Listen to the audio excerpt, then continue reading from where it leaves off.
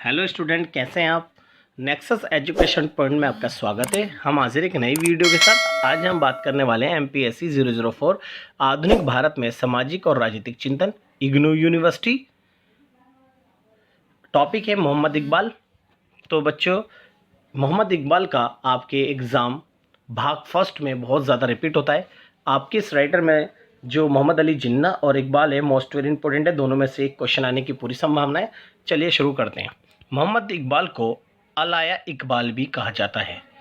मोहम्मद इकबाल का जन्म 1873 में पंजाब में हुआ। उन्होंने लगभग 300 साल पहले इस्लाम धर्म को अपना लिया था, यानी उनके परिवार ने। और यूरोप जाने से पहले मोहम्मद इकबाल ने देशभक्ति की भावना को अपनाया। मोहम्मद इकबाल अपनी उर्दू और फारसी कविता के लिए विश्व भर में जाने जाते हैं। मोहम्मद इकबाल ने राष्ट्रवाद का समर्थन किया और इसमें उन्होंने महत्वपूर्ण योगदान दिया। यूरोप में जाने से पहले उन्होंने देशभक्ति को प्रबल भावना बनाया और सारे जहां से अच्छा हिंदुस्तान हमारा जैसे गीत को मातृभूमि के लिए अर्पित किया। फलस्वरूप मोहम्मद इकबाल का मानना था कि भारत संसार का सर्वश्रेष्ठ देश है और जिसका कण कण देवता के समान पवित्र है। उन्होंने लोगों में हृदय की सच्ची एकता पर जोर दिया। अतः मोहम्मद इकबाल के अनुसार मेरा वास्तविक उद्देश्य अधिक अच्छी सामाजिक व्यवस्था का अन्वेषण करना और विश्व के समक्ष जीवन तथा कर्म का ऐसा आदर्श प्रस्तुत करना है जो सार्वभौम रूप से स्वीकार हो। उनके अनुसार इस्लाम ना तो राष्ट्रवाद है और ना ही समाजवाद, बल्कि एक राष्ट्र संघ है। राजनीतिक उद्देश्यों की पूर्ति के लिए इस्लाम जातीय भिन्नताओं को स्वीकार करता है, किंतु उसका अनंत मानव एकता में विश्वास ही है। तो मोहम्मद इकबाल बहुत बड़े राष्ट्रवादी व्यक्ति थे। उन्होंने बहुत ही अच्छी बातें कही। देखते हैं राष्ट्रवाद पर मोहम्मद इकबाल के विचार। पहला, राष्ट्रीय एकता का विकास। जी, मोहम्मद इकबाल भारत में राष्ट्रीय एकता का विकास के समर्थक थे। उनका ये मानना था कि भारत में जो अंग्रेजों का शासन है उनसे छुटकारा केवल भारतीय एकता से ही हो सकता है। इसलिए भारतीय जो समाज पिछड़ा हुआ था, जो हिंदू और मुसलमानों में ब्रिटिश शासन के द्वारा जो घृणा पैदा की गई थी, उसको दूर करके मोहम्मद इकबाल ने उनमें एकता स्थापित करने का कार्य भी किया।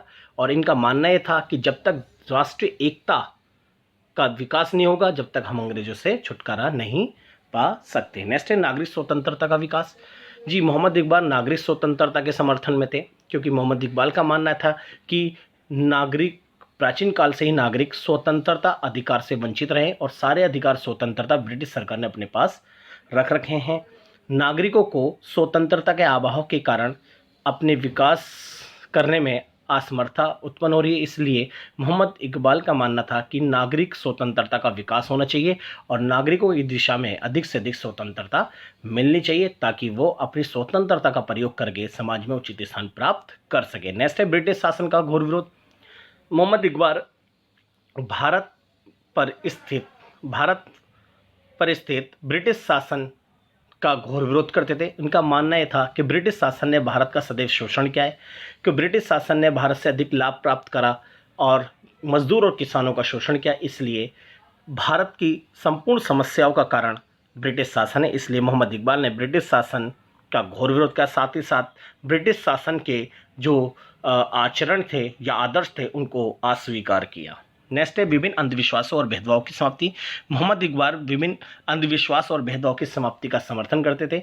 उनका मानना यह था कि समाज में प्रचलित अंधविश्वास और भेदभाव था उनको समाप्त किया जाना चाहिए, ताकि समाज के अंदर समानता की स्थापना हो सके और सभी ऊंच नीच जाति के लोग और विभिन्न धर्मों के लोग आपस में मित्रता और भाईचारे के साथ निवास कर सके और अंग्रेजों के खिलाफ में एकजुटता इनमें स्थापित हो सके। नेक्स्ट है स्त्रियों के अधिकारों का समर्थन।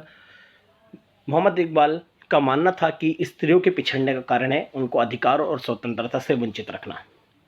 प्राचीन काल से स्त्रियों में प्रचलित विभिन्न प्रथाएं, जैसे सती प्रथा, दास प्रथा और कन्यावध, साथ ही साथ में बाल विवाह जैसी जो बुराइयां थी उनसे महिलाएं पिछड़ी रही हैं और पुरुष प्रधान समाज में स्त्रियों को उचित स्थान प्राप्त नहीं हो पाया और ना ही सदैव स्त्रियों का अनादर ही किया गया है। इसलिए महिलाओं के विकास के लिए मोहम्मद इकबाल ने स्त्रियों को बहुत सारे अधिकार देने का समर्थन करा, ताकि वो शिक्षा, नौकरी और राजनीति में अपनी सक्रिय भूमिका निभा सके। नेक्स्ट है लोगों के हितों के प्रति जागरूकता उत्पन्न करना। मोहम्मद इकबाल ने लोगों के विभिन्न समुदाय विभिन्न जाति के लोगों में उनके हितों के प्रति जागरूकता उत्पन्न करी और इनको जागरूक करने का प्रयत्न किया और उनको अच्छी और बुरी बातों से अवगत कराया।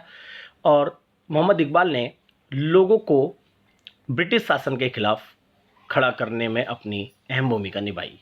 फिर है जातिवाद का घोर वक्त। मोहम्मद इकबाल का मानना यह था कि भारत जो है विभिन्न जातियों के लोग, विभिन्न जाति के वर्ग भारत में निवास करते हैं, इसलिए सभी जाति के लोगों को एक दूसरे से मित्रता बनानी चाहिए।